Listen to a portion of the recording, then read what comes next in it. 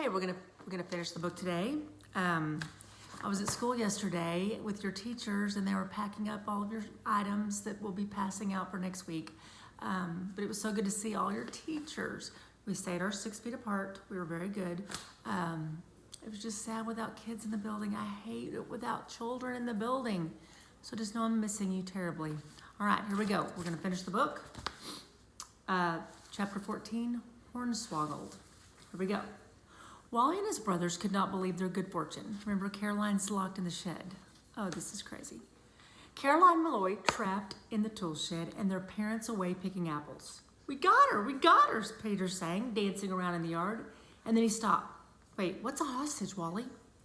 A person you keep prisoner until somebody pays to get her back, said Wally. But then the enormity of what had happened began to sink in on him. Wait a minute, how could this be? Only a few minutes ago, he and his brothers were lying on their backs talking about Halloween and New Year's, and suddenly, Caroline Malloy was a prisoner in their tool shed. Man, they aren't gonna believe that what we're gonna make them say to get her back. Right, Jake? Josh was saying. What was it they wanted us to promise to get our flashlight back? I am honestly and truly sorry for the trouble I have caused, and something about an obedient servant of the realm, right? Well, said Wally. Oh, they're gonna crawl, said Jake. They're gonna creep.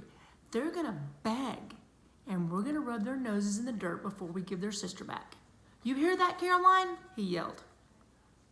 There was no answer from the tool shed. She's probably crying, said Peter. He looked around a little worried. Oh boy, she can cry. She can cry. Wait, are you crying, Caroline? Asked Jake. You should see her up there on stage when she pretends that she's doing a play, said Wally. The tears just pour. She's a great actress. Well, we didn't make her go in the shed, said Josh. Right, said Peter. She went in there all by herself, didn't she, Wally? How are we going to get a note to her sisters, though, without her parents finding out? Wally wondered. What if her folks start looking for her? Then we've got to reach Beth and Eddie before they do. We'll say something about how we found her on our property, Jake said. Yeah, trespassing, said Wally. That's a crime, isn't it? We could call the police, said Peter. Her sisters will come and get her, you'll see, said Jake. Come on, let's go write the note. The boys went over to the back steps and sat down. Wally got a pencil and paper, and Jake dictated. To whom it may concern. Namely, Whomper and Weirdo, added Josh. Caroline the Crazy was found spying on our property and is now being held prisoner in our tool shed, Wally wrote down. If you tell anyone, Jake continued, we will tell your folks all the stuff you've done so far to us. If you want to see Caroline again, you have to crawl over to our house on your hands and knees. Ooh, maybe we should make them lick our shoes, said Josh. They're never going to do that, said Wally. Not even for Caroline. Okay, let's make them crawl over to our house on your hands and knees. Okay, crawl over to our house on your hands and knees and say, we are honestly and truly sorry for the trouble we have caused, and Jake paused and said, well, wait, what'd they say? Jake asked Josh. We will be your obedient servants, said Jake. No, I think we should say obedient slaves, said Jake. That's it. We are honestly and truly sorry for the trouble we have caused, and we will be your obedient slaves forever. Oh, that's perfect, said Josh. Wally started to write it and then stopped. I can't imagine Eddie saying your obedient slave forever. Oh, yeah, that's true, said Josh. I can't imagine her crawling on her hands and knees to our house either. Well, they thought we would say something like that, Jake reminded him. Go ahead, write it, Wally. Make them squirm a little. Maybe they won't do any of it, but they've at least got to say they're sorry. Wally finished the note. How should we sign it? Jake wondered. How'd they sign theirs? Asked Wally. Oh, the Malloy Musketeers. Jake thought for a minute. Okay, let's put the Hatford Hooligans. They all signed their names. Who's going to deliver it? Asked Josh. Maybe we should get Peter to go. Are you crazy? Said Jake. They'll simply kidnap Peter. Okay, let's all deliver the note. All four of us will go over there together. Caroline can't escape. Don't worry, we've got her locked in there tight. The boys looked toward the tool shed again. Hey, Caroline, Wally said. No answer. Hey, Crazy, called Josh. Still no answer. Oh man, maybe she dug her way out, said Peter. The boys started across the lawn. Wally was feeling a little uneasy. The sun was shining right on the metal shed, and he knew how hot it could get in there in the summertime. I mean, it wasn't summer any longer, but it was still pretty warm outside. Maybe she had overheated. Maybe she was dead.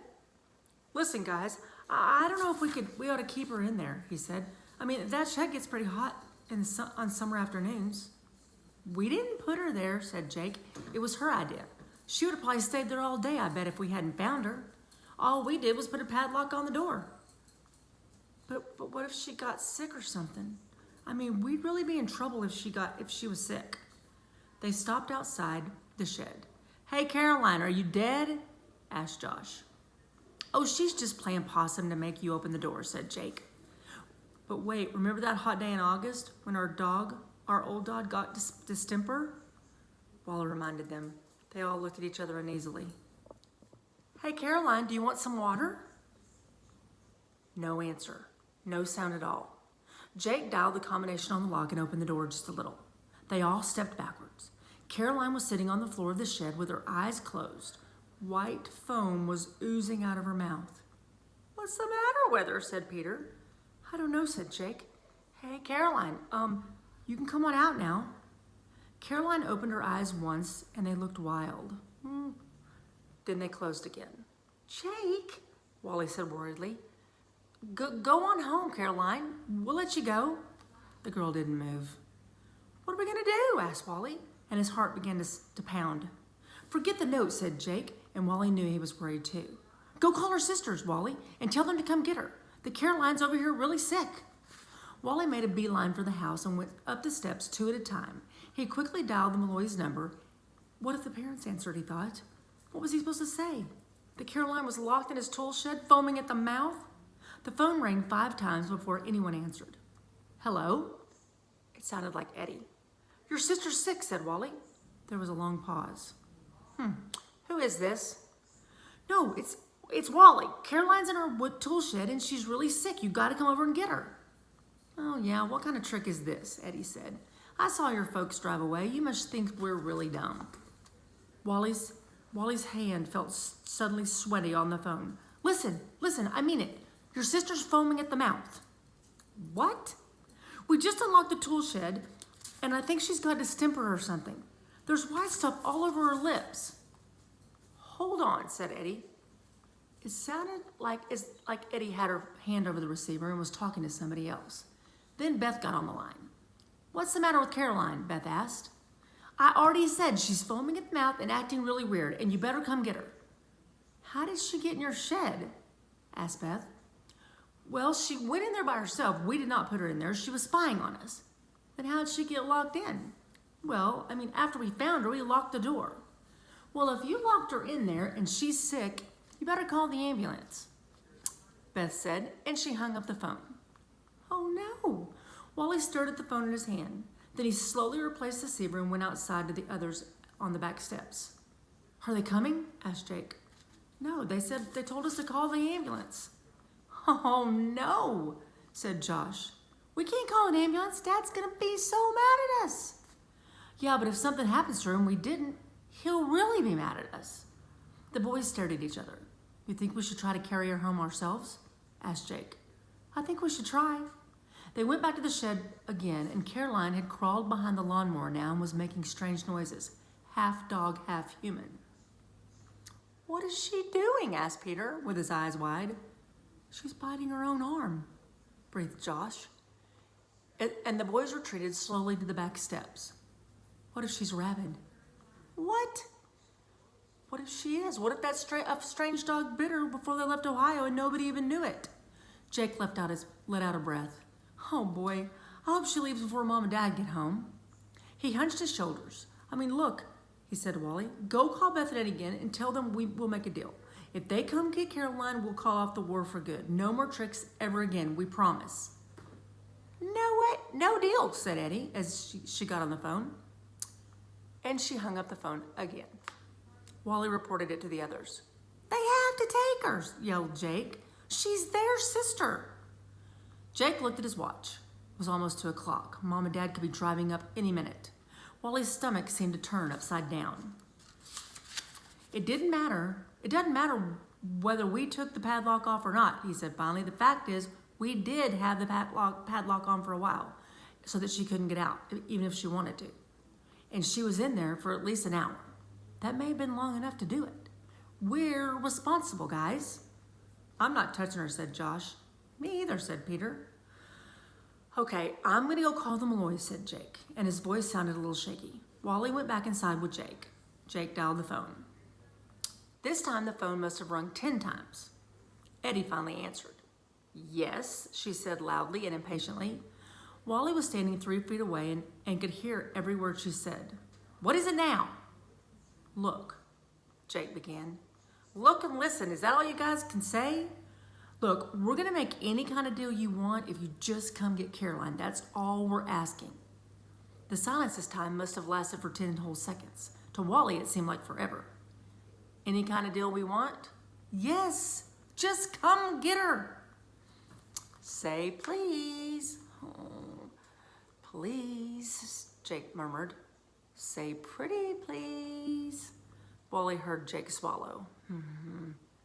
Pretty please. Say pretty please from your faithful and obedient servant, said Eddie. Hey, listen, said Wally. Say it. Okay, pretty please from your... About that time, there was a sound of a car pulling in the driveway. The folks are home, said Jake. Come and get her, hurry. You better say the rest, said Eddie. Okay, your faithful and obedient servant. Now come on, I think I'm gonna throw up, he said to Wally as they ran back outside. Chapter 15, Bamboozled. Caroline was beginning to wonder how much longer she had to roll around on the floor of the shed with marshmallows on her lips before her sisters came after her. It was entirely by accident that she discovered the marshmallow phone. Once she had found that the boys had padlocked the door, she had popped a marshmallow into her mouth for energy and then realized how thirsty she was. Sloshing the marshmallow around in her mouth, she was thinking that if she ever had to play a part of a mad woman, she could use marshmallow phone. And it didn't take long to decide what to do when the boys came again to check on her. All she had to do to make that happen was to be quiet. Little snatches of conversation came from the steps across the yard. They have to take her. I'm not touching her. We're responsible. Caroline decided that if she didn't need a drink of water so much, she could probably hold on for another couple of hours. The next thing she heard was the sound of a car pulling in the driveway, but even before it stopped, the back door slammed and she heard Jake say quickly, "They're coming!" And Beth and Eddie are on their way. What should we do now? What should she do now? She wondered. This could be her grandest performance yet. Should she go on pretending to be rabid so that Beth and Eddie had to carry her home?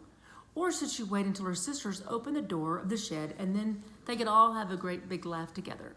Or maybe she could make a grand entrance now by herself and 3 bushels of apples, she heard Miss Hatford saying.